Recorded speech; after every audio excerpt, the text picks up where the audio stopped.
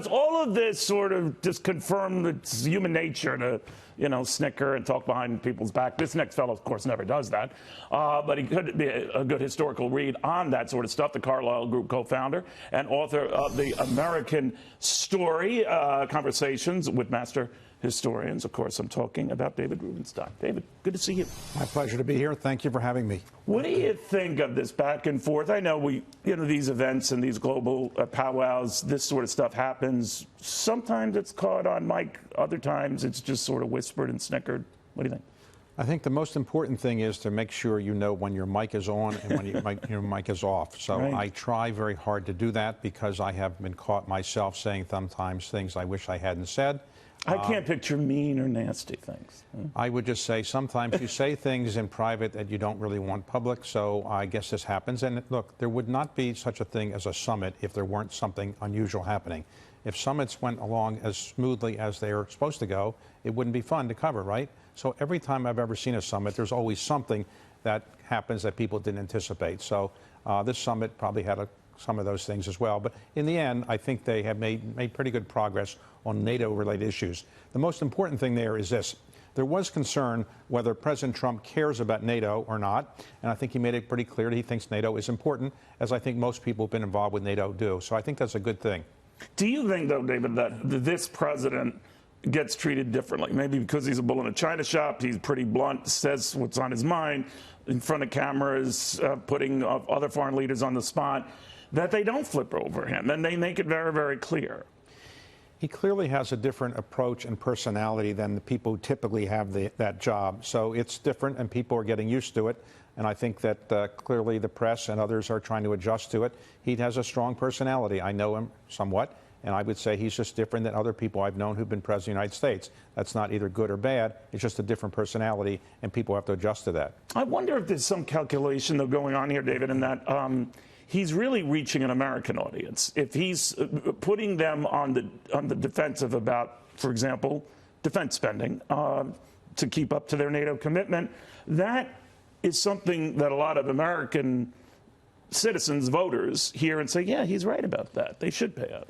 President Trump is, I think, singularly focused on his base and in his appeal in the United States. I think he's less concerned about what people think about him outside of the United States than what they think about him inside the United States. You can say that's good or bad, but I think that's his focus, maybe more so than other presidents. I don't criticize it. I just say he's very focused on what his supporters like and what Americans want. And I think Americans probably do want to have others honor their NATO 2% commitment. He has joked, maybe half-kiddingly, about how Republicans aren't treated as well by Europeans as traditionally Democrats are. John Kennedy was feted as a star. Barack Obama, the same thing. FDR was held in great regards. Maybe had a little bit of Ronald Reagan that got some of that, but it took some years. But that it's harder for Republicans to get the same type of reaction. Well, there's no doubt that many people in Europe have policies that are probably further to the left than the policies that some Republicans have, and therefore I think the press and the government officials there probably are not in sympathy with some of the things that some Republicans have as their positions, and that may be reflected in some of the way they handle things and maybe reflected in the press. But generally, I think that everybody in Europe really wants NATO to be strong, and the president wants NATO to be strong, and I think that's a good thing. And while the summit will be remembered for an open mic or so, in the end, I think when history is written, people will say, yes, President Trump does support NATO, and NATO is strong. Do you think that because he talks about the $160 billion in increased funding for NATO under his 3 years, that's the message he wanted to pound? Thanks to me getting in your face about paying up, NATO's a lot stronger now. Financially, NATO may be stronger. The issue, of course, is whether, and that's the message I think he wants to get across, and it's a good message. The issue is, what does NATO really do, and what does NATO do if Russia does something that we think is inappropriate? So if Russia were to go further into Ukraine, what does NATO do? If Russia were to invade the Baltic states, what do we do? That's the real issue I think NATO has to face, and I think it's unclear exactly what NATO would do, but hopefully NATO would respond appropriately. You know, when you talk in American Story to all these great historians who've, obviously been at the forefront of covering some people, Carol in the case, covering Lyndon Johnson for better than 4 decades, you learn about how historians appreciate presidents who appreciate history. And I'm wondering how this president fits into that. Well, many presidents have been interested in history, and they've read history books, and they've had historians come in. I don't know if President Trump has done that as much, but other presidents have done so. I think learning what your predecessors did is very important. I think President Trump absorbs information not by reading books so much, but by talking to people. And I think he has talked to other people who are historians about what has happened in previous presidencies, and I think he's benefited from that. There's no doubt when you become President of the United States, you're starting on day one, and you don't have the history of the presidency the way you will after 1 or 2 or 3 years. I think the president now is much better, much more knowledgeable about what previous presidents have had to struggle with. Do you look at the backdrop of these impeachment hearings starting in the Judiciary Committee today? That's a pretty alarming backdrop to what's going on right now. It is of concern, of course, to everybody that you have an impeachment process, because whether you think it's appropriate or not, nobody really wants to go through impeachment because it disrupts the government. And maybe it's appropriate, maybe not, but we've only had this 4 times in our country's history. Andrew Johnson, then Richard Nixon, though he ultimately resigned before the process went forward, Bill Clinton, and now we're having one as well, perhaps. So I think it's not a great thing for the country to do. Members of Congress can decide whether it's appropriate or not, but nobody wants to have a system like this where you perpetually are having these kind of impeachment processes. So when this one is resolved one way or the other. The president cynically thinks Democrats do. Some Democrats do.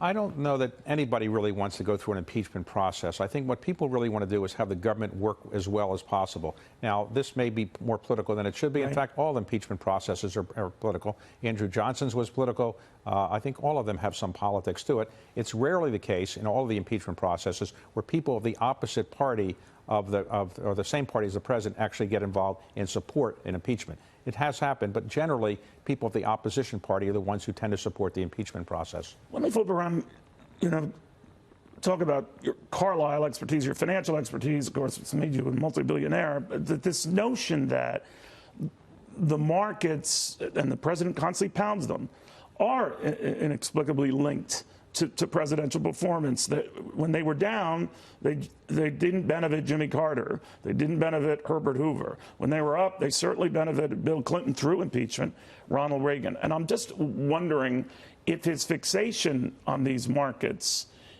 is because he knows a little bit about history here, that it's a nice win to have at your back.